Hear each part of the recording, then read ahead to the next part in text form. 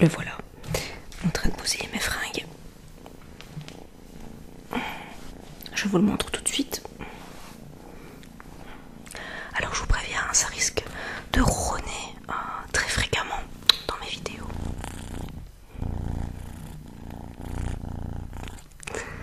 C'est la première fois que je fais ça.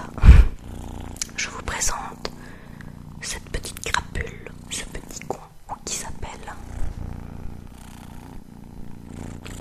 Groupouk. Alors pourquoi Groupouk? Tu ronronnes hyper fort, mec. Pourquoi Groupouk? Tout simplement à cause de sa couleur qui me faisait penser à des Groupouk. Voilà, oui, il y en a des blancs, oui, il y en a des rosés, mais je ne sais pas, sa couleur un peu, voilà, rousse me faisait vraiment penser à un Groupouk. Donc ce gars s'appelle Groupouk, mais Groupouk, donc avec un K et... Enfin voilà, je vous l'affiche là maintenant à l'écran.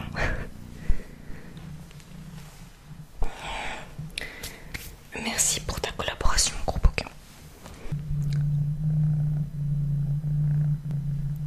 C'est un peu abusé là, le ronronnement, je trouve, non? C'est moi ou... On vit avec un cœur trop plein, dans un monde trop vide, et sans avoir usé de rien, on est désabusé de tout. François René de Chateaubriand. Aujourd'hui, je vais vous parler d'un personnage que vous connaissez très certainement. Il s'agit de François René de Chateaubriand. Alors pourquoi j'ai voulu vous parler de lui et du lieu où il a vécu? Tout simplement parce que je vais vous parler d'une histoire, enfin d'une des histoires du lieu qui a trait au paranormal. Voilà, ça fait partie donc de cette fameuse histoire inexpliquée. En tout cas, ce sont des faits qui se sont déroulés à plusieurs reprises vers certaines personnes. Il y a eu plusieurs témoignages concernant donc les résidents actuels et Chateaubriand qui a vécu à cet endroit. Mais je n'en dis pas plus, l'histoire commence maintenant. Donc comme d'habitude, je vous cite les sources en barre d'infos. François René, vicomte de Chateaubriand, est né à Saint-Malo le 4 septembre 1768 et est décédé à Paris le 4 juillet 1848. C'était un écrivain et un homme politique français et il est considéré comme l'un des précurseurs du romantisme français et l'un des grands noms de la littérature française. Alors, il est très connu, en tout cas, il est très connu pour avoir écrit notamment Mémoire d'outre-tombe. Donc je ne citerai que cette œuvre, mais voilà, je ne m'attarde pas non plus sur le personnage en lui-même. Je vais un peu vous parler de lui et voilà, très brièvement en tout cas, et du lieu. Donc voilà, donc je continue. Alors, le château de Combourg est une forteresse située en Bretagne, sur le territoire de la commune de Combourg, pays de la Bretagne romantique en Ille-et-Vilaine. Le château est situé à mi-chemin de Rennes et de Saint-Malo dans le département d'Ille-et-Vilaine en France. Les façades et toitures du château ainsi que la salle des gardes et le vestibule font l'objet d'un classement au titre des monuments historiques depuis août 1966. Le reste du château étant inscrit depuis décembre, 1926. Alors,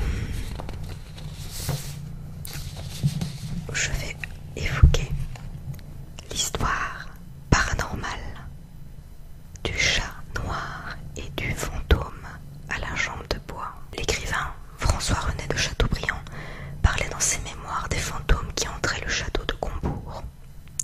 C'est la raison pour laquelle je voulais vous parler de cette histoire-là, car ça m'a marqué il y a quelques années maintenant. J'avais vu ça justement à la télé, on en avait parlé, notamment dans les histoires les plus mystérieuses. Et voilà, ça m'avait frappé. J'ai effectué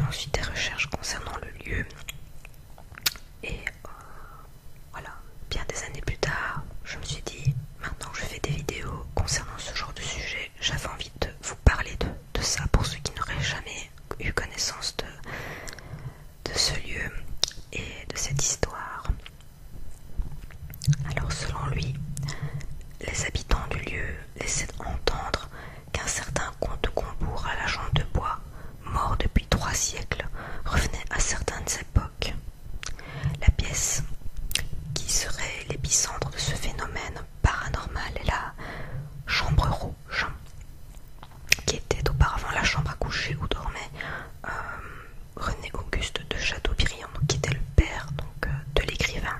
On raconte que l'un des seigneurs de Combourg, Malo Auguste de Guedken, excusez-moi si j'ai trompé le nom, qui serait mort dans son lit, aurait porté une jambe de bois après avoir perdu sa jambe droite à la bataille de Malplaquet en 1709, et entrait depuis les escaliers du château et serait parfois accompagné d'un chat noir, dont on pourrait entendre les miaulements près de la tour du chat où Chateaubriand avait sa chambre. Donc dans la fameuse tour du chat, on peut y trouver, donc si vous allez visiter maintenant, dans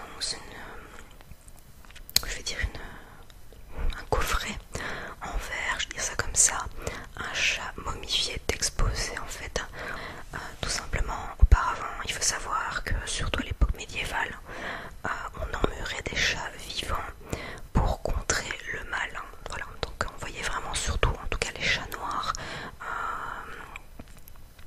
Voilà, on faisait souvent le lien avec le diable. Et voilà, donc c'était coutume courante d'emmurer un chat noir pour protéger le lieu en question des forces du mal. Voilà, c'est un petit peu Harry Potter ce que je dis, mais vraiment c'était très courant auparavant. Et à chaque fois lors d'une nouvelle construction, on va dire monumentale comme celle-là, c'est ce qui était très souvent fait. Au cours de la restauration du château, les ouvriers découvrirent le cadavre desséché d'un chat, emmuré derrière une poutre maîtresse datant du XVIe siècle. Cette découverte fut immédiatement reliée à la légende du chat fantôme. Il semble qu'il existait jadis une tradition consistant à emmurer vivant un chat noir dans les fondations d'un bâtiment pour conjurer le mauvais sort. L'animal momifié est exposé sous vitrine dans la chambre occupée par Chateaubriand. Cette histoire existe par rapport à ce lieu, mais pour pouvoir les connaître, je vous laisse le lien du château de Combourg en barre d'infos.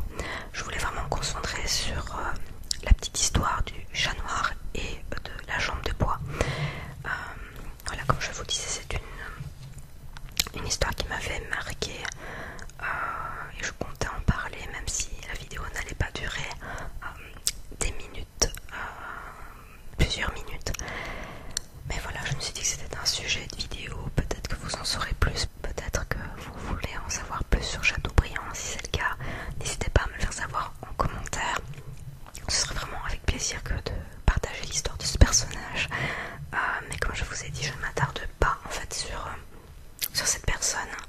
Quand j'ai un sujet en particulier, je préfère parler un petit peu de ce qu'il y a autour et me concentrer un peu sur l'histoire sur laquelle, même beaucoup me concentrer sur l'histoire sur laquelle je dois vous parler.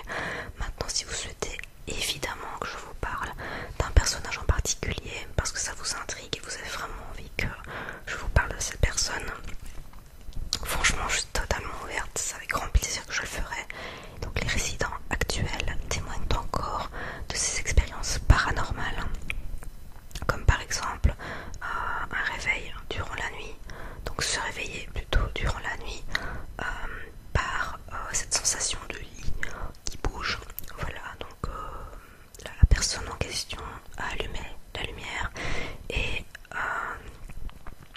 s'est rendu compte que voilà, il n'y avait plus rien, mais avait vraiment cette sensation que quelqu'un tenait le pied du lit et le secouait. Voilà, donc pour la petite histoire. Et ensuite, comme autre témoignage, tout simplement voilà, un des résidents souhaitait se chercher une bouteille de vin à la cave et en descendant, il sentait vraiment une ambiance très oppressante, des souffles, et ça l'a mis extrêmement mal à l'aise. Et donc voilà, il n'est pas resté parce que bon voilà, évidemment on se sent pas bien dans ce genre de situation. Donc mais pour dire qu'actuellement il y a toujours ce genre de phénomène, il y a toujours ces malaises au sein même du château, et ce apparemment depuis des siècles. Mais voilà, dites-moi un petit peu ce que vous en pensez et n'hésitez pas à me partager vos